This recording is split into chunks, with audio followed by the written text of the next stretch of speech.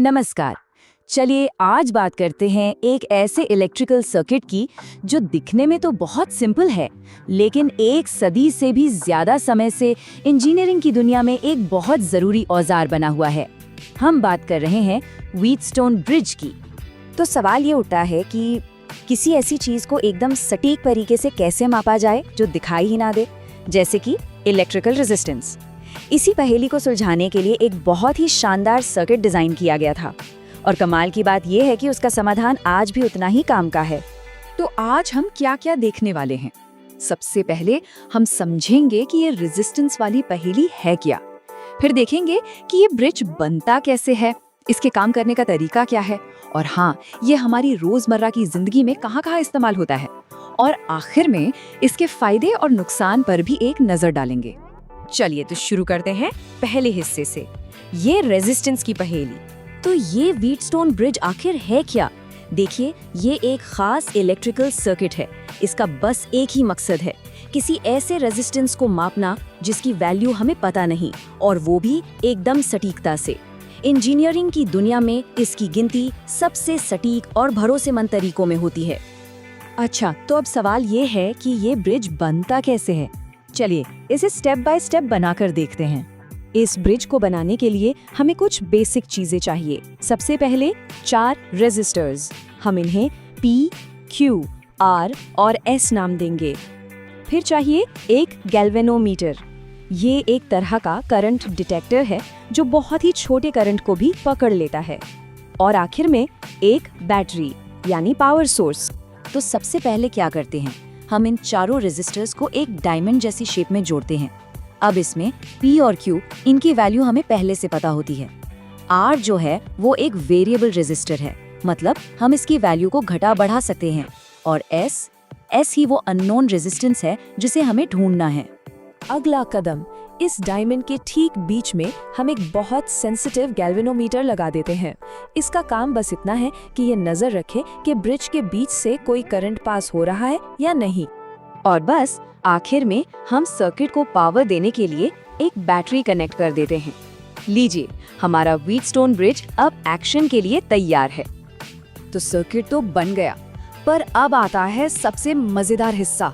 आखिर ये काम कैसे करता है? चलिए इसके पीछे के बैलेंसिंग एक्ट को समझते हैं। देखिए, व्हीटस्टोन ब्रिज एक बहुत ही सरल से सिद्धांत पर काम करता है, जिसे कहते हैं नल डिफ्लेक्शन प्रिंसिपल या शून्य विक्षेपण। इसका मतलब बस इतना है कि जब ये ब्रिज एकदम परफेक्टली बैलेंस्ड होता है ना, तो इसके बीच से यानी गैल्वेनोमीटर से जरा सा भी करंट नहीं बहता, जीरो। सोचिए एक तराजू की तरह, जब दोनों पलड़े बराबर हों तो कांटा एकदम सीधा रहता है। यहाँ पर ये बात और भी साफ हो जाती है।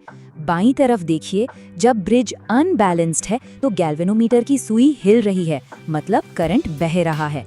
और अब दाईं तरफ देखिए, ब्रिज बैलेंस्ड है और गैल्वेनोमीटर क्या दिखा रहा है? जीरो, कोई करंट नहीं। बस यही है वो नल डिफ्लेक्शन वाला मोमेंट जिसका हमें इंतजार था। तो ठीक है, सिद्धांत तो समझ आ गया, पर अब इस जानकारी से हम उस अननोन रेजिस्टेंस को ढूंढेंगे कैसे? चलिए अब इसे हल करते हैं। इसका तरीका बहुत सीधा साधा है। सबसे पहले बैटरी से पावर ऑन करते हैं, फिर वो जो हमारा वेरिएबल रेजिस्टर R था ना, उसे धीरे धीरे बहुत ध्यान से एडजस्ट करना है। और हमारी नजरें कहाँ रहेंगी? गैल्वेनोमीटर पर।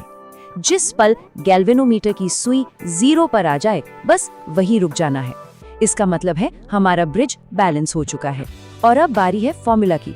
और ये रहा वो सिंपल सा फॉर्मूला। जब ब्रिज बैलेंस हो जाता है तो हमारे अननोन रेजिस्टेंस S की वैल्यू निकालना बच्चों का खेल है। हमें बस P, Q और जो R की वैल्यू हमने सेट की है उसे इस फॉर्मूले में डालना है। S बराबर है Q गुणा R बटा P। कितना आसान है ना? बस ऐसे ही हमें हमारा जवाब मिल जाता है। तो क्या ये सर्किट सिर्फ किताबों और लैब्स तक ही सीमित है? बिल्कुल नहीं। चलिए अब देखते हैं कि ये 19वीं सदी का आविष्कार हमारी आज की जिंदगी को कैसे छू रहा है। व्हीटस्टोन ब्रिज आज भी हर जगह है।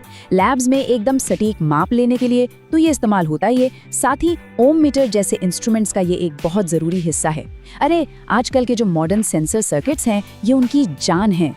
यहाँ तक कि जमीन के नीचे दबी केबल्स में फॉल्ट ढूंढने के लिए भी इसका इस्तेमाल होता है।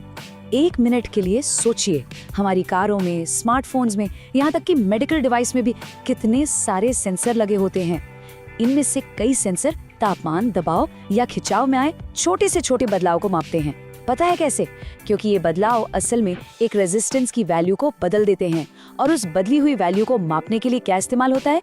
जी हाँ, हमारा यही व्हीटस्टोन ब्रिज का सिद्धांत। तो हर चीज की तरह इस सर्किट की भी कुछ खूबियां हैं और कुछ कमियां। चलिए दोनों पर एक नजर डालते हैं। अगर हम इसके फायदों की बात करें तो लिस्ट काफी अच्छी है। ये बहुत ज्यादा एक्यूरेट है, बहुत छोटे रेजिस्टेंस को भी आसानी से माप लेता है, बहुत सेंसिटिव है और इसका डिजाइन भी काफी सिंपल है। लेकिन इसकी कुछ सीमाएं भी हैं, जैसे बहुत हाई वैल्यू वाले रेजिस्टेंस को मापने में इसे थोड़ी मुश्किल होती है और तापमान बदलने पर इसकी रीडिंग पर असर पड़ सकता है। तो कुल मिलाकर हम क्या कह सकते हैं? यही कि व्हीटस्टोन ब्रिज एक ऐसा सिंपल, सेंसिटिव और सटीक सर्किट है जो 100 साल से भी ज्यादा समय से हमारे लिए बेहद जरूरी बना हुआ है। और ये हमें एक बहुत ही दिलचस्प सवाल के साथ छोड़ जाता है। जरा सोचिए, हमारी आज की मॉडर्न टेक्नोलॉजी में ऐसे और कितने ही पुराने सरल आइडियाज छिपे हुए हैं जो आज भी चुपचाप हमारी दुनिया को चला रहे हैं।